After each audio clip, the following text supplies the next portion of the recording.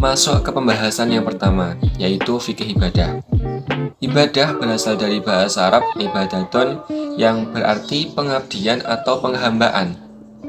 Maksud dari fikih ibadah ialah ilmu yang menerangkan tentang dasar-dasar hukum syar'i, khususnya dalam hal ibadah seperti zakat, puasa, haji, toharoh, dan lain sebagainya yang ditujukan hanya kepada Allah sebagai bentuk penghambaan kita kepadanya.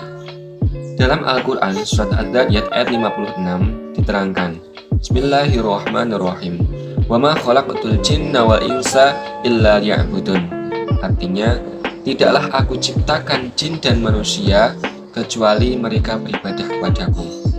Hal ini menegaskan bahwasanya penciptaan kita semata-mata hanya untuk beribadah kepada Allah. Selanjutnya ada pengertian fikih muamalah. Pengertian fikih muamalah sebagai suatu disiplin ilmu harus dimulai dengan memahami karakteristik setiap kata fikih dan muamalah. Dua kata ini harus dibedakan dari sisi etimologi dan terminologi sebelum masuk ke dalam pengertiannya secara menyeluruh. Fikih sendiri berasal dari kata faqih yang fahu fiqhan dalam bahasa Arab berarti pemahaman dan pengetahuan. Sedangkan kata muamalah sendiri berasal dari kata amalu yu'amilu muamalat yang artinya berinteraksi dengannya dalam jual beli atau hal lainnya. Kata muamalah juga dapat berarti jika kamu mau bermuamalah dengan seseorang, berarti kamu berinteraksi dengannya, bergaulinya, dan bercampuran dengannya. Dari sisi istilah, muamalah memiliki beberapa definisi yang dipengaruhi dari persepsi pembagian hukum syara. Definisi pertama, muamalah adalah hukum syariat yang mengatur interaksi antara sesama manusia di dunia, baik hukum-hukum yang berkaitan dengan harta, wanita, dari sisi pernikahan dan perceraian, pertikaian, perkara-perkara, harta warisan, dan lain-lainnya. Definisi kedua, muamalah adalah hukum-hukum syariah yang mengatur hubungan antar manusia di dalam aspek harta dan hubungan dalam rumah tangga, baik pernikahan, perceraian, nafkah, dan lain-lain. Definisi ini sering kita jumpai dalam mazhab Hanafiyah, didasari dari persepsi bahwa pernikahan termasuk dari interaksi manusia. Definisi ketiga atau terakhir, muamalah adalah hukum-hukum syariah yang mengatur hubungan antar manusia dalam urusan harta. Dalam persepsi masyarakat yang menganggap bahwa muamalah selalu berkaitan dengan uang dan tuntunan keilmuan yang mengarahkan kepada spesifikasi dan tidak lagi berkaitan dengan perkara-perkara yang umum. Maka, dapat dirasa kalau muamalah diartikan dengan hukum-hukum syariah yang mengatur hubungan antara manusia dan dalam perkara harta.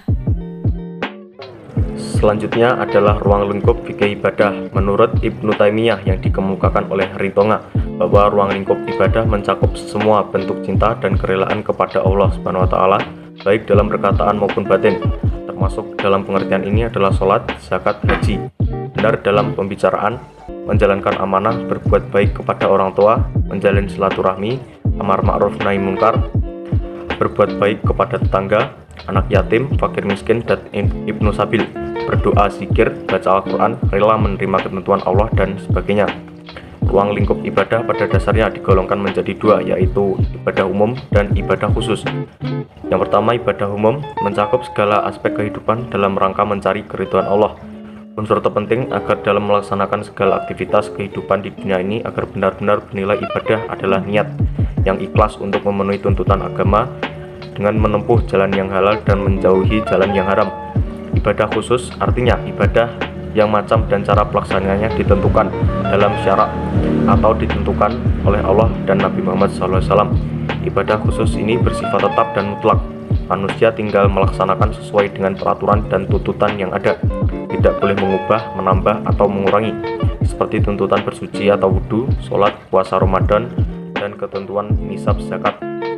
Secara garis besar, sistematika ibadah ini sebagaimana dikemukakan Wahbah Suhaili sebagai berikut: 1. Taharah, 2. Sholat, 3. Penyelenggaraan jenazah, 4. Zakat, 5. Puasa, 6. Haji dan umrah, 7. Itikaf, 8. Sumpah dan kafarah, 9. Nazar, 10. Kurban dan akikah.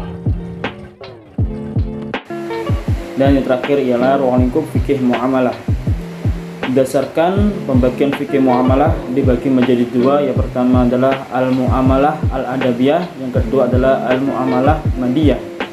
Hal-hal yang termasuk al-muamalah al-adabiyah adalah ijab kabul, saling meridhoi, tidak ada keterpaksaan dari salah satu pihak, dan kewajiban, kejujuran berdagang, penipuan atau pemalsuan, dan segala sesuatu yang bersumber dari indera manusia yang ada kaitannya dengan peredaran harta. Yang kedua adalah al-muamalah al-madiyah, ialah jual beli atau al-ba'i, gadai atau rohan, jaminan atau tanggung jawab atau kafalah, pemindahan atau utang atau hiwalah, jatuh bangkit atau taflis, batas bertindak atau al-hajru. Sekian pembahasan dari ruang lingkup fikih muamalah. Baik, yang pertama kesimpulan dari fikih ibadah. Fikih ibadah dalam bahasa Arab yaitu ibadatun yang memiliki arti pengabdian. Fikih ibadah ini meliputi hukum syariat yang mencakup seluruh aktivitas hamba Allah yang bertujuan untuk mendapatkan ridho dari Allah Subhanahu wa taala. Dan ruang lingkup fikih ibadah itu ada dua, ibadah umum dan ibadah khusus. Yang kedua, kesimpulan dari fikih muamalah yaitu aturan-aturan atau hukum dari Allah yang bertujuan untuk mengatur kehidupan manusia dalam urusan yang berkaitan seperti urusan duniawi dan urusan sosial atau kemasyarakatan. Dan fikih muamalah ini mempunyai ruang lingkup dua, yaitu al-muamalah adabiyah dan al-muamalah madiyah.